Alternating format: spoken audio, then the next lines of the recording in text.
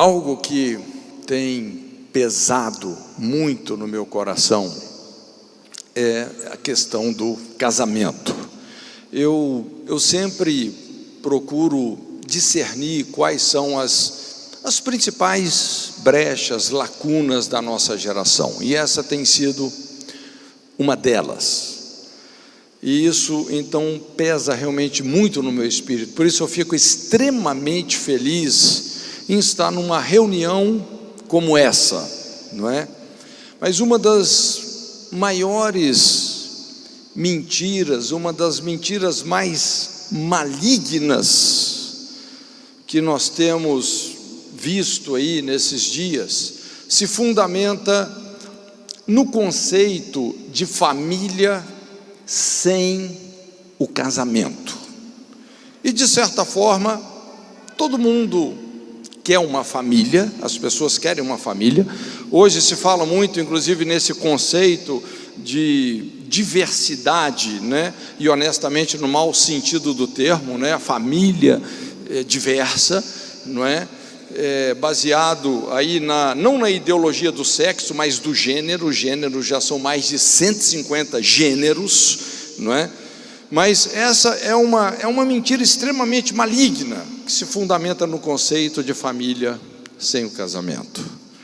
Quando nós tiramos o casamento da família, nós então estamos tirando essas virtudes que, quando exercitadas, nos fazem participantes da natureza divina. Quando você tira o conceito de casamento da família, você está tirando o exercício da lealdade, da fidelidade, do respeito, da confiança, do altruísmo, da aliança, que são exatamente essas virtudes que, quando exercitadas no matrimônio, nos fazem participantes da natureza divina.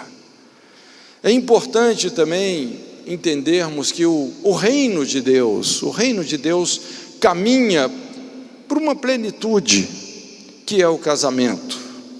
Apesar hoje da gente ver toda uma luta contra o casamento, uma banalização do casamento, todavia o reino de Deus caminha para essa plenitude.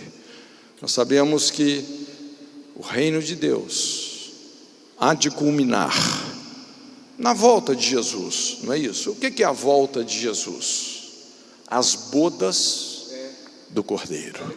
É um casamento. É um casamento.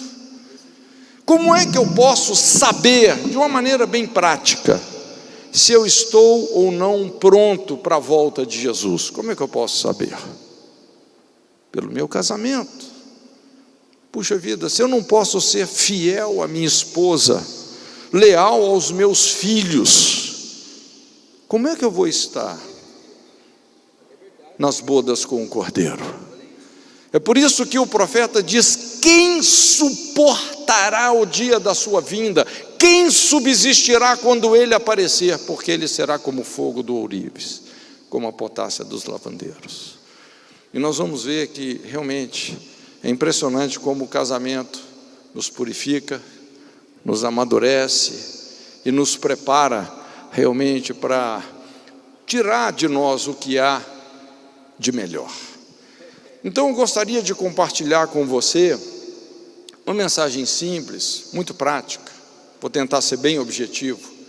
Eu chamo as 4 leis que determinam um casamento bem-sucedido. O meu intuito realmente é te dar fundamentos, é te dar ferramentas para que você realmente possa experimentar uma vitória tremenda, principalmente no seu casamento. O nosso casamento é responsável pela proteção dos nossos filhos sob diversos aspectos, o aspecto da sexualidade, da afetividade, da capacidade também de viver em equipe. O casamento é que espiritualmente legitimiza os nossos filhos, trazendo toda uma proteção. Então, se tem realmente algo fundamental para o sucesso de uma sociedade, é o casamento. Talvez é a principal instituição que tem poder para civilizar um povo. Civilidade tem a ver com a maneira como nós conceituamos o matrimônio. É interessante que quando Deus ordenou ao homem, não é? E eu digo a raça humana, crescei, multiplicai-vos, enchei a terra. Obviamente, então Deus estabeleceu um protocolo para isso, porque crescimento não pode ser de qualquer forma. Crescimento é uma espada de dois gumes, pode ser uma grande bênção, mas pode ser também um desastre. Então, o protocolo que Deus estabeleceu para o crescimento da sociedade foi esse, com essas palavras, Gênesis 2, versículos 24 e 25, quando a Bíblia fala assim: deixará, pois, o homem, seu pai e sua mãe, unir-se-á à sua mulher, serão os dois uma só carne. Versículo 25, o homem e a mulher, ambos estavam nus e não se envergonhavam. Então eu gostaria desse texto, eu quero tirar aqui 4 leis que estão implícitas nessas palavras, 4 leis que, quando incorporadas ao nosso estilo de vida, revoluciona o nosso casamento, a nossa família. A primeira lei vem aí pelo primeiro verbo, quando a Bíblia diz assim: deixará, pois, o homem seu pai e sua mãe. É algo interessante, porque na perspectiva divina, o casamento não começa com o verbo unir, mas começa com o verbo deixar. Antes do casamento ser uma união, ele precisa de ser uma separação. Então, aqui, o princípio que realmente salta disso, eu chamo o princípio da emancipação. Emancipação. Eu acho que todos nós entendemos o que é uma emancipação. Princípio da emancipação. Deixará, pois, o homem, seu pai e sua mãe. Deixar. É a lei da emancipação. Nós vamos ver que todo processo de maturidade, para ser saudável, tem que ter por objetivo uma emancipação. E por isso que o casamento é um salto de maturidade. É quando você, então, você sai da dependência dos seus pais, financeiramente falando, emocionalmente falando, espiritualmente falando. Você não pode mais depender deles. Obviamente que se eles quiserem nos ajudar, maravilha, bem-vinda a ajuda, não é verdade? Né? Nossos pais são os principais canais de bênção nas nossas vidas, mas depender, quando você casa, depender, você não pode mais. Se a ajuda vier, veio, se não vier, não veio. Nossa dependência agora está apenas no Senhor. Então, é a lei da emancipação. O que determina o sucesso de um pai em relação à criação dos filhos, o que determina o sucesso do líder em relação à formação de discípulos, não é quantos filhos ou discípulos você superprotege, mas é quantos você já emancipou para o propósito de Deus. Emancipação. Veja bem que essa é uma ordenança divina. Ele fala: deixará. Eu penso que essas coisas não acontecem aqui, mas em muitos lugares acontecem, não é? A pessoa casa e vai morar com o sogro e a sogra, vai morar com o pai e mãe, não é? Obviamente vai acabar acontecendo um incesto emocional, porque se você mora com pai, mãe, sogros e sogra, se você depende financeiramente, emocionalmente, eles vão interferir no seu casamento, na criação dos seus filhos, e no final a culpa é da sogra. Coitada da sogra, sempre sobra para ela. Mas essa lei da emancipação, gente, é poderosa, porque nós não temos que criar os nossos filhos para nós. E quanto mais você tenta paternalizar e controlar os seus filhos, mais o relacionamento adoece, mais você vai perdê-los. Deixa eu te explicar como é que Jesus, esse princípio através do processo do discipulado, ok? Quando você pega o Evangelho de Mateus, nós podemos dividir o Evangelho de Mateus em 3 grandes comissionamentos: o vinde a mim, o vinde após mim e o ide. O vinde a mim, muito conhecido, está lá em Mateus 11, 28, vinde a mim todos vós que estáis cansados, sobrecarregados, eu vos aliviarei, aprendei de mim, porque sou manso e humilde de coração, e encontrareis descanso para as vossas almas, o meu jugo é leve e o meu fardo é suave. Esse é o primeiro nível da maturidade, esse é o primeiro nível da maturidade, o vinde a mim. Como é que você sabe que uma pessoa está amadurecendo? Quando ela começa a aprender a lidar com os excessos emocionais. Você aprende a entregar sobrecarga para Deus. Isso pode parecer ser um apelo fácil, mas não é, porque sobrecarga vicia. É comum a gente ver pais querendo carregar filhos adultos nas costas, pastores querendo carregar igreja nas costas, não é verdade? Sobrecarga.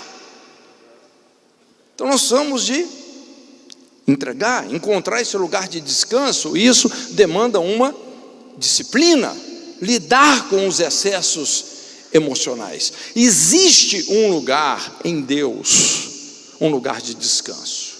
O salmista fala: aquele que habita no esconderijo do Altíssimo, à sombra do Senhor, Deus onipotente, descansará. Esse lugar existe. Se você ainda daquela pessoa sobrecarregada emocionalmente, que vive de estresse em estresse, de colapso emocional em colapso emocional, de colapso nervoso em colapso nervoso, de ansiedade em ansiedade, sinto muito dizer, mas você está no jardim de infância, você não cresceu, tem que encontrar esse lugar de descanso. Existe um lugar nas guerras. Davi encontrou esse lugar. 1000 cairão ao teu lado, 10.000 à tua direita, mas tem um lugar que você não é abalado. E Jesus disse: eu sou esse lugar, eu sou o Sabá. O sábado não é um dia, é uma pessoa, é um estilo de vida. Lançando sobre ele toda a vossa ansiedade, porque ele tem cuidado de vós. Esse é a primeira plataforma da maturidade. A segunda, Mateus capítulo 16, é o vinde após mim. Então Jesus, ele tira a sobrecarga, mas ele fala assim: aquele que quiser vir após mim, negue-se a si mesmo, tome sobre si a sua cruz diariamente e siga-me. O vinde após mim é você combinar renúncia com voluntariedade. É você saber ouvir o não, saber ouvir o espera. Uma criança sabe ouvir o não, gente?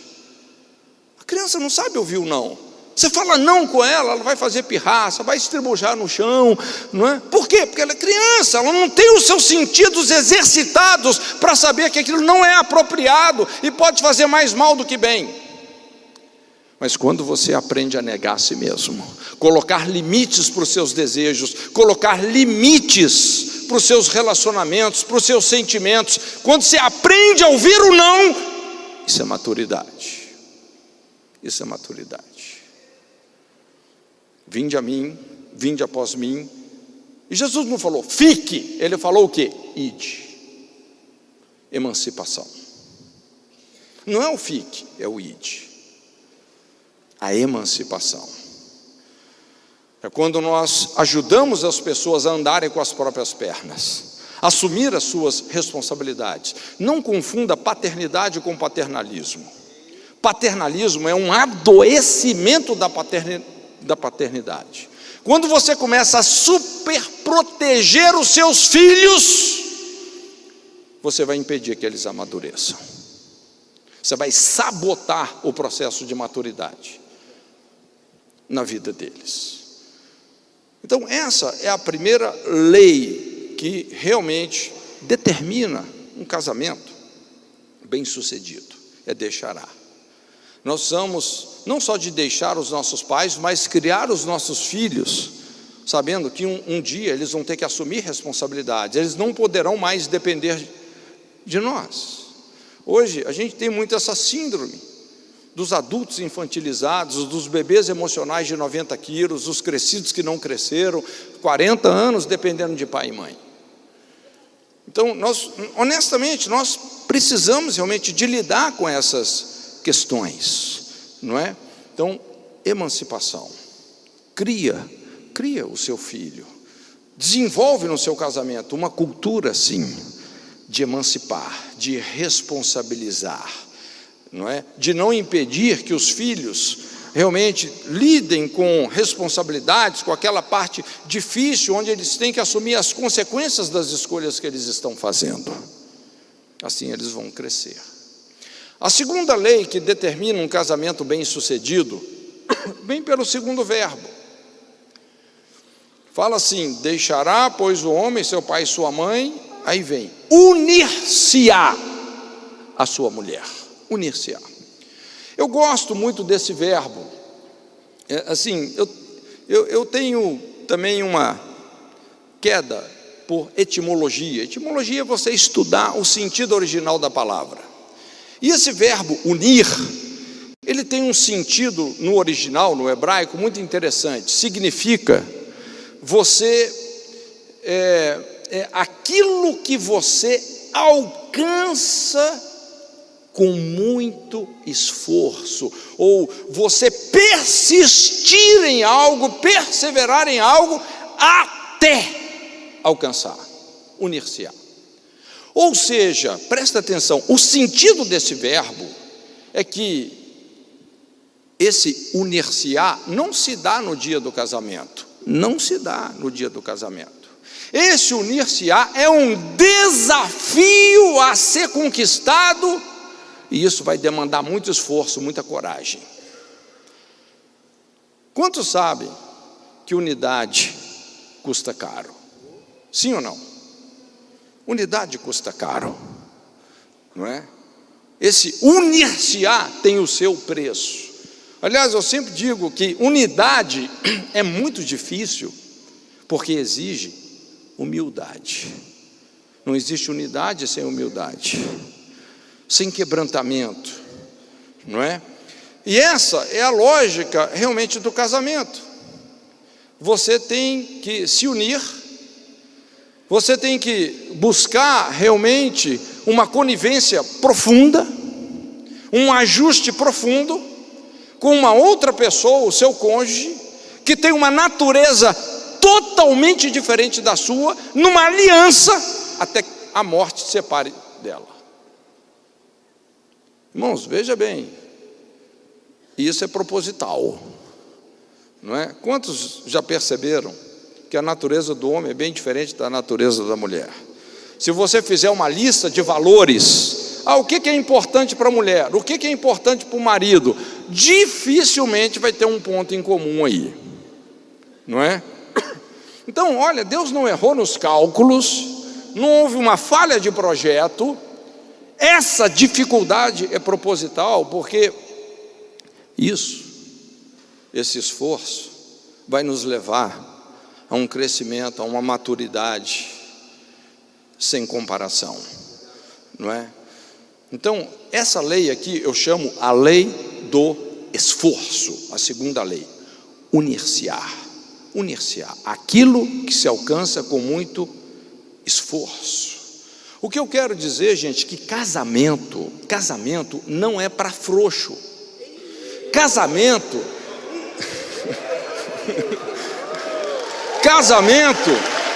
é para quem quer exercitar, como eu disse, fidelidade, lealdade, compromisso, altruísmo, sacrifício.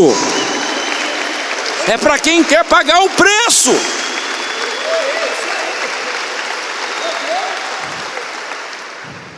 É a lei do esforço.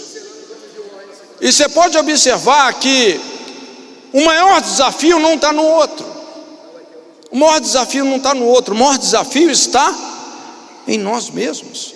Porque para você ter uma vida reconciliada com o seu cônjuge, você vai ter que se resolver. Você vai ter que enfrentar os seus traumas.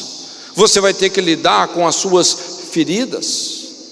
Você vai ter que olhar para dentro de você mesmo, porque o problema não está no outro. Aliás, deixa eu te dar o segredo de um casamento que funciona.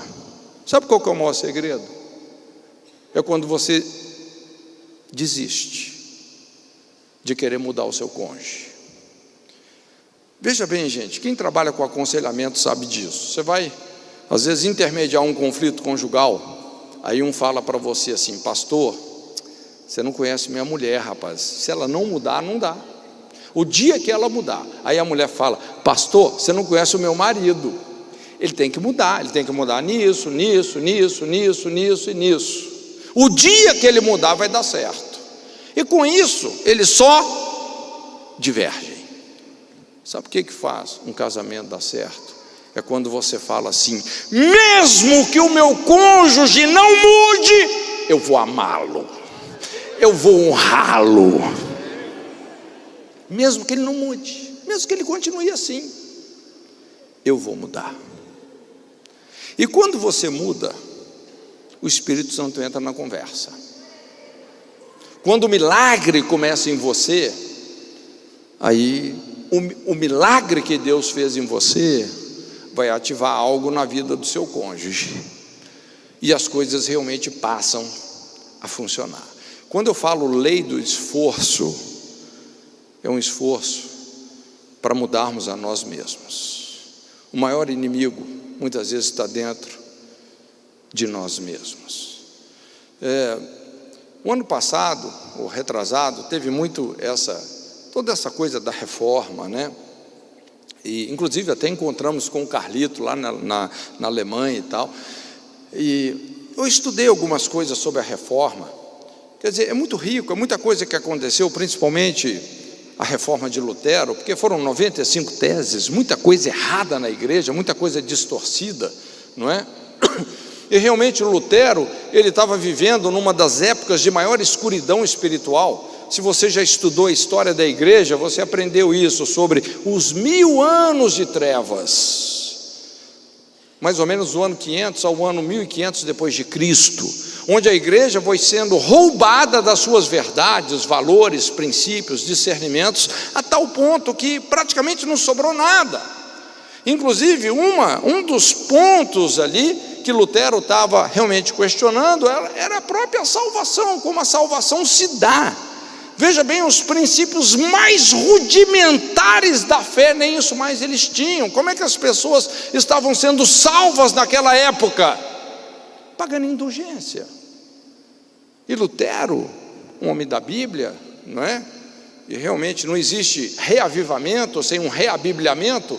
Então, lendo lá Romanos, Abacuque, o justo viverá pela fé, ele teve esse discernimento claro. Nós não somos salvos pagando uma indulgência, mas somos salvos quando exercitamos a nossa fé no sacrifício de Jesus. Isso foi uma grande revolução, mexeu na economia da sociedade, mas o ponto que realmente da reforma de Lutero que mais me impactou dentro do que eu estudei foi a reforma que ele fez na área da sexualidade do casamento. Porque veja bem, desde o século III, quando a igreja foi se misturando com o Estado, começou uma cultura dos monastérios, não é? As pessoas querendo se afastar da sociedade com o pretexto de não se contaminarem. Então começou uma cultura de santidade baseada no isolamento. Para você ser santo, você tem que se isolar. Bom, isso não bateu muito com o estilo de vida de Jesus. Lógico que Jesus tinha os seus momentos a sós com o Pai, mas ele frequentava os lugares mais tenebrosos da sociedade, porque a luz brilha nas trevas, não é isso? Então começou uma cultura assim, santidade ligado ao isolamento. Daqui a pouco isso foi misturando com outras filosofias gregas, essa visão que a matéria é ruim, o corpo é ruim, o sexo é ruim, é pecaminoso, não é, desagrada a Deus. Então começou uma cultura celibatária, literalmente falando. Na época de Lutero, quem queria servir a Deus teria que ser um celibatário. Gente, esse foi um negócio tão forte que persiste até os nossos dias. Deus tenha misericórdia dos padres. E a gente sabe, gente, hoje é fácil olhar para trás e enxergar o que a cultura celibatária produziu: imoralidade, perversão, religiosidade, maldade, abuso. Só produziu coisa ruim. Aliás, eu fico com essa coisa toda aí da Igreja Católica enfrentando tanto processo, não é? Eu fico pensando, puxa vida, por que eles finalmente não jogam por terra essa tragédia da cultura celibatária? Sabe o que aconteceu com Lutero? Naquela época, você vê como que Lutero era um cara com a cabeça lá na frente. Lutero, estudando a Bíblia, ele percebeu isso, principalmente lendo aí Gênesis capítulo 2, ele descobriu ali que na verdade não eram os monastérios estavam fracassando em produzir caráter nos seus sacerdotes. Ele começou a entender: a verdadeira escola do caráter é o casamento. É o casamento. Quando Deus falou na criação, ao longo de cada dia, e viu Deus que era bom, viu Deus que era bom, viu Deus que era bom. Quando criou o homem, viu Deus que era muito bom, e de repente, disse Deus, não é bom. O que não é bom? Que o homem estivesse só. Falei, negócio de solidão, de abstinência, esse negócio está errado. O casamento é a escola do caráter. Inclusive ele se casou, começou a discipular as pessoas a partir da sua família. Quando ele era confrontado, sabe o que Lutero respondia? Ele falava assim: 1 ano de casamento me santificou mais do que 10 anos de monastério. 1 ano de casamento me santificou mais que 10 anos de monastério. Rapaz, quando você casa, Deus quebra o vaso. Quando vem os filhos, Deus pisa nos cacos. Não sobra mais nada. Entendeu? Tem alguém aqui que criou 3, 4 filhos? Rapaz, as portas do céu estão abertas para você. Não é à toa que a Bíblia fala que a mulher é salva se casando, concebendo, criando filhos. Gente, porque isso é uma escola poderosíssima. Uma mulher que criou 3, 4 filhos, eu vou te falar, é uma santa. Até um nível de santidade que pouca gente alcança. Isso é a lei do esforço, onde Deus realmente vai desmontando as nossas estruturas de egoísmo de dentro para fora. A lei do esforço. A terceira lei que determina um casamento bem-sucedido é a lei de pertencer. Vem pelo terceiro verbo: deixará o homem, seu pai e sua mãe, unir-se-á a sua mulher, e fala o quê? E serão uma só carne. Serão. Pertencer. Um pertence ao outro. Serão. E veja bem que esse verbo, ele está associado com questões físicas. O verbo unir estava associado com um objetivo, uma unidade, uma cumplicidade a ser conquistada ao longo do casamento. Tem gente que está casado há 20 anos e ainda não se uniu. Aliás, se desuniu. Agora aqui fala serão. Isso aqui acontece quando você, no dia do casamento, serão uma só carne. Está falando de questões físicas, materiais. Quando você casa, não é? Então vai ter que haver um compartilhamento mútuo de tudo, todas as coisas físicas. Nada mais vai ser só seu. Tudo agora é seu e também pertence ao seu cônjuge. É importante você entender que a natureza de Deus é plural. Quantos entendem isso? Que o pronome que a Bíblia usa para Deus não é um pronome singular, mas é um pronome plural. Elohim, deuses. não é? A gente entende isso como a Trindade, Pai, Filho e Espírito Santo, não é? O que eu quero dizer é que quando você se casa, você começa a ter uma revelação muito mais profunda da natureza de Deus, que é uma natureza doadora, que compartilha, que não é egoísta, muito pelo contrário. Aliança, esse princípio da aliança. Então, quando nós casamos, nada mais vai ser só meu, tudo tem que ser compartilhado. Gente, isso é uma paulada nas nossas estruturas de egoísmo, sim ou não? Isso é uma paulada nas nossas estruturas de independência. Costumo dizer, o casamento é o grito de interdependência e morte. Não é? Você vai ter que morrer para muita coisa, porque nada, o que antes você tinha que era só seu? O que era só seu? Por exemplo, sua escova de dente. Ah, pastor, não, minha escova de dente é só minha. O dia que a escova de dente do seu cônjuge está meio ruim, vai com a sua mesmo. Você nem está sabendo, rapaz, né? Cartão de crédito, né? Quando fala em cartão de crédito, rapaz, dá confusão, né? Por isso que a Bíblia fala: a mulher sábia edifica a sua casa. Uma vez eu fazendo um curso, muito tempo atrás, no Haggai, lá em Maui, no Havaí, o professor falou assim: olha, os 3 pontos fracos do homem. No inglês eles falam os 3 Gs: Gold, Girls e Glory, que é dinheiro, fama e mulher. Aí ele falou: os 3 pontos fracos da mulher. Aí todo mundo falou: os 3 pontos fracos shopping, shopping, shopping. O mall das mulheres, né? Mas o que você tem de mais particular? Na verdade não é isso, não é cartão de crédito, não é escova de dente. Eu estou falando para brincar. Mas o que você tem de mais particular? Tem algo mais particular que o seu próprio corpo? Sim ou não? Tem algo mais privativo que o próprio corpo? Quando você se casa, nem mais o seu próprio corpo é só seu. Paulo fala: o corpo do marido pertence à esposa, o corpo da esposa pertence ao marido. Não tem aquele negócio: ah, estou com dor de cabeça. Esse corpo não te pertence.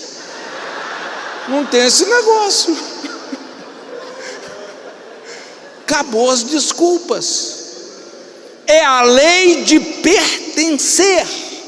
Serão uma só carne. Então isso, gente, fala de um compartilhamento mútuo de todas as coisas. Fala de uma integridade. O que é integridade? Integridade é uma entrega absoluta, sem reservas. Porque quando você começa a estabelecer reservas no casamento, não é? Reservas. Por exemplo, se eu chego para minha esposa e falo assim: Pantera, você não pode mais olhar no meu celular. Veja bem, não é que ela fica querendo olhar o meu celular, mas se ela quiser olhar, pode olhar, não tem problema nenhum ela olhar meu celular. Mas se eu falo que ela não pode, o que eu estou gerando? Curiosidade, o que mais? Desconfiança. Eu estou dando um exemplo bobo, mas muitas vezes, não é bobo não. Boa é essa, né? Você consegue ter intimidade com uma pessoa que você não confia? Olha, você pode ter qualquer coisa, intimidade não. Você consegue confiar numa pessoa que não está sendo íntegra, que ela está colocando reservas? Inclusive, você percebe que ela está mascarando as situações, para não dizer mentindo. A pessoa te dá uma rasteira aqui, um cheque sem fundo ali.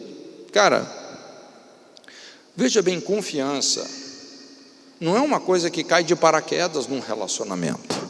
Inclusive, confiança é um discernimento. É mais do que um sentimento, é um discernimento. Então não é uma coisa, mesmo quando você tenta forçar, não, eu vou acreditar, você não consegue.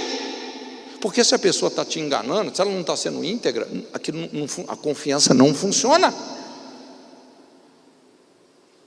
Integridade gera confiança. Confiança gera intimidade. Intimidade gera frutificação. Isso no nosso relacionamento com Deus é a mesma coisa. O que gera fruto não é as suas regras evangélicas. O que gera fruto é a sua intimidade com Deus, que vem de uma confiança e que vem de uma entrega. Olha só como Jesus explicou isso. João 17:10, oração sacerdotal. Jesus olhando dentro dos olhos do Pai, e ele falou: Pai, todas as minhas coisas são tuas, e as tuas coisas são minhas, e nisto eu sou glorificado. Tem uma sequência inteligente aqui, e sempre começa com integridade. Integridade o quê? Entrega. O que Jesus disse? Todas as minhas coisas são tuas. Quando você entrega tudo que você tem e é para Deus, vai brotar no seu espírito uma fé que vai fazer com que você creia que tudo que é de Deus é seu. Por que muitas vezes nós não conseguimos acreditar que tudo que é de Deus é nosso? Porque nós não entregamos tudo que é nosso para Ele. A palavra confiar significa ser fiel com. Quando você é fiel, você acredita que os outros são fiéis. Quando você é fiel, fica fácil crer que Deus é fiel, e Ele é mesmo.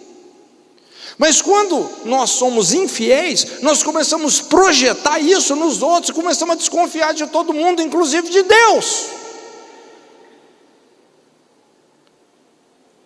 Começa com integridade. Você precisa de entregar tudo que você é, tudo que você tem para o seu cônjuge, também para Deus. Isso vai gerar um enchimento de caráter. É o que Jesus disse: nisso eu sou glorificado. A glória, a soma dos atributos de Deus, um enchimento de caráter. Essa é a lei de pertencer. Serão uma só carne. Quando no casamento um começa a falar: isso é meu, isso é meu, isso é meu, isso é meu, rapaz, daqui a pouco já estão dormindo em cama separada, quarto separado, acabou tudo. Serão um compartilhamento mútuo. E a quarta lei, versículo 25: ambos estavam nus e não se envergonhavam. Então essa eu chamo a lei da nudez. Estavam nus, despidos, e não tinham do que se envergonhar. Normalmente, quando a gente pensa, alguém pensa em se despir, não é só fisicamente, mas se despir emocionalmente, se despir psicologicamente, não é? Olha, não é fácil lidar com as vergonhas, não. Não é um negócio muito simples. Então, essa lei fala sobre uma transparência que precisa de ser cultivada no casamento, inclusive com coisas até difíceis e às vezes até traumáticas. Porque só tem uma maneira, gente, da gente prevalecer num relacionamento, é fundamentando esse relacionamento na verdade. Na verdade. Todo relacionamento que está fundamentado em alguma mentira, dissimulação, engano, intenções corrompidas, gente, não vai funcionar. Não vai funcionar. Inclusive, mais cedo ou mais tarde, esse negócio vai explodir das piores maneiras possíveis. Ninguém, absolutamente ninguém, ganha uma guerra contra a verdade. Se você for guerrear contra a verdade, já vou te dizer, você vai perder feio. Jesus disse: essa é uma lei que não será quebrada. O que foi feito às escondidas será pregoado dos telhados. Então aqui fala sobre a lei da nudez. Não esconder culpas, não esconder vergonhas, não esconder traumas, não esconder pecados, não esconder. Porque quando você começa a esconder essas coisas, da mesma forma, você vai destruir a intimidade. Você vai destruir a intimidade. Algo vai acontecer e essa intimidade simplesmente vai acabar. Porque as coisas não estão resolvidas. Às vezes é difícil a gente enfrentar essas questões, mas nós temos que lidar com as mordaças morais, os votos secretos. A gente que lida com o aconselhamento, a gente vê, tem pessoas que passaram por situações ou cometeram coisas que elas falam assim: olha, ninguém nunca vai saber disso. Eu juro para mim mesmo que ninguém nunca vai saber disso. Então lá atrás tem uma arma dormente. Eu não sei se você entende a diferença de uma arma latente e uma arma dormente. Uma arma dormente seria uma mina enterrada num solo, por exemplo. Está lá, está dormindo, até que um dia alguém pisa e é pedaço de gente voando para todo lado. Aquilo está lá, não está resolvido. E às vezes vai ser detonado num momento estratégico do seu relacionamento, da sua vida familiar. Então esses votos secretos, gente, tem destruído. Porque, veja bem, a ordem de Deus funciona assim. O habitat de Satanás, dos seus demônios, são as trevas. Jesus descreveu Satanás como príncipe das trevas. Satanás habita nas trevas, na ignorância, na dissimulação, na mentira. Esse é o habitat dele. E se isso está no nosso relacionamento, ele está ali, porque ele é o príncipe das trevas. Funciona assim. Não adianta orar contra trevas. Você não ora, você acende a luz, você fala a verdade, você enfrenta, por mais que essa verdade seja difícil para você, por mais que ela seja traumática, só tem um jeito de lidar com ela. Eles o venceram pelo sangue do Cordeiro, pela palavra do testemunho. A palavra do testemunho é a verdade dita com verdade, mesmo que isso esteja sendo contra você. Mas é assim que a gente prevalece no tribunal de Deus. Não é encobrindo os pecados, é descobrindo os pecados. Aquele que encobre a sua transgressão jamais prosperará. Jamais, jamais prosperará. Você pode estar na igreja, ser batizado, cantar no coral, fazer parte do ministério, fazer a campanha das 7 cabeçadas na cruz. Rapaz, se você encobre o pecado, não prosperará, não adianta. Mas aquele que as confessa e deixa, alcançará misericórdia. Irmãos, não somos nós que quebramos as leis espirituais, elas é que nos quebram. É um negócio curioso, assim, infelizmente hoje, adultério virou algo epidêmico. Eu digo, num contexto eclesiástico, a gente atende muita situação assim. Quando acontece um adultério, mesmo que o cônjuge lá nem faça ideia do que aconteceu, é impressionante como algo se quebra. Como algo se quebra. Como o casamento não funciona mais. Como o leito é contaminado, a vida sexual daquele casal é prejudicada, os filhos são prejudicados, a vida financeira é prejudicada, a vida espiritual é prejudicada. É impressionante como algo se parte, algo se quebra. Eu sei que não é uma reconciliação fácil. É o tipo de reconciliação que eu chamo assim, cirúrgica, traumática. Cirurgia é trauma. Tem certas confissões, gente, que sangram. Mas a confissão é um princípio cirúrgico, é a ferida do médico, é uma ferida inteligente. É uma ferida proposital, é a ferida que trata da ferida. Porque tem feridas superficiais, mas tem feridas internalizadas. Se você está com 4, como é que chama esse negócio do coração lá dentro, as válvulas entupidas, rapaz, abriu o peito de uma pessoa, você pode dizer, não, mas que médico ruim, está despedaçando o cara no meio. Mas é a ferida que trata da ferida. É traumático. E é impressionante como Deus restaura quando a pessoa tem a coragem para isso. É impressionante como Deus sempre tem um plano para aqueles que saem do plano. Deus não desiste de nós, não. Um exemplo bíblico disso aí, para a gente fechar, a própria história de Davi, todos nós conhecemos. E olha que Davi não era assim um cara, vamos dizer, inconstante.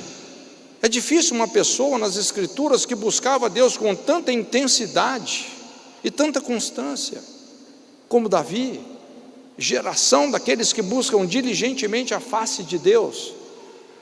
Mas lá na frente, infelizmente, Davi se distraiu. A Bíblia fala, nos dias que os reis saem à guerra,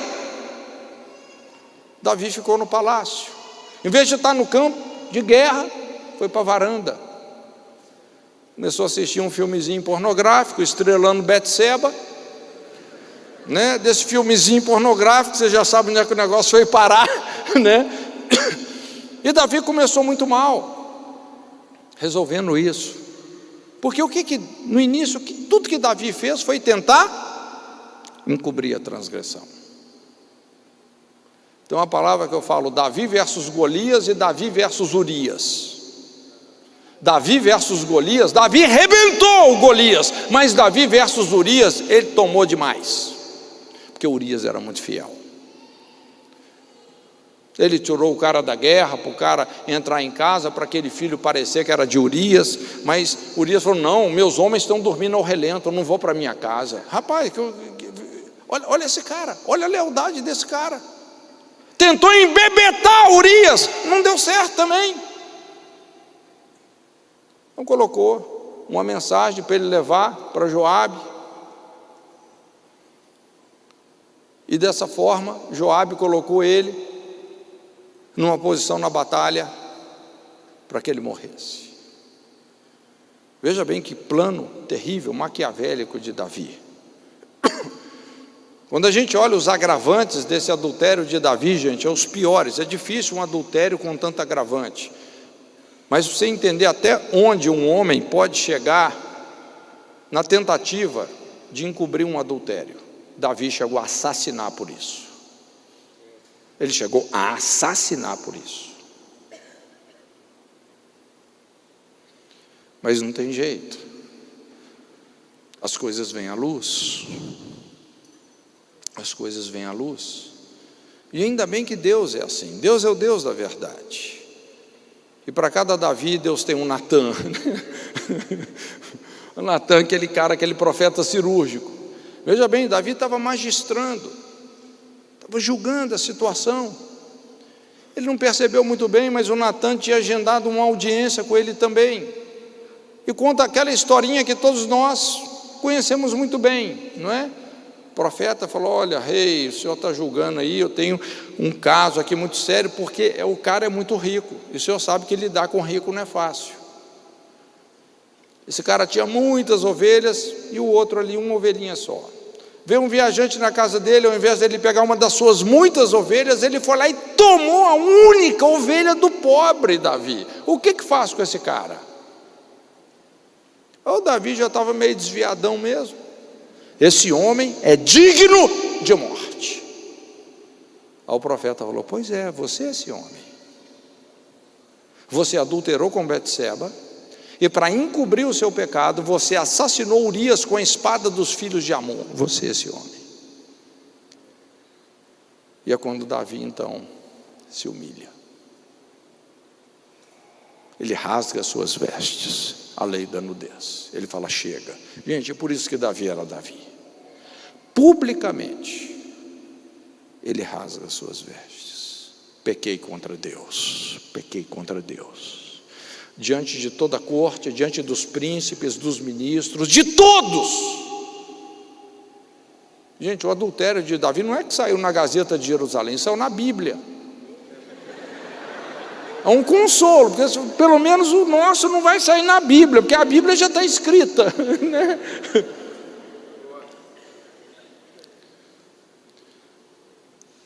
Deus levanta a saia das nações, porque se tem uma coisa que nos destrói de dentro para fora, é o pecado encoberto. Davi experimentou isso. Enquanto calei o meu pecado, envelheceram os meus ossos, o meu bramido, o meu lamento era incessante. Mas quando ele rasga as suas vestes, aí o profeta fala, e ele diz: pequei contra Deus. O profeta fala: não morrerás. Tudo indica que ele morreria na rebelião de Absalão. Tudo indica.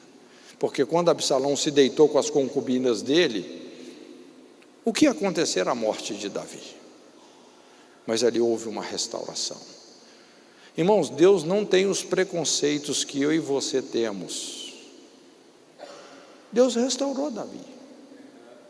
Achei a Davi, filho de Jessé, homem segundo o meu coração, o qual cumprirá todos os meus desígnios. A minha aliança é firme com a sua casa. Deus o restaurou. Lei da nudez. São 4 leis: a lei da emancipação, lei do esforço, lei de pertencer, lei da nudez. Se você incorporar essas leis no seu estilo de vida, isso vai causar um impacto na criação dos seus filhos, no seu casamento, no seu ministério, na sua igreja, na sua sociedade. De fato, é com essas verdades que nós vamos discipular as nações.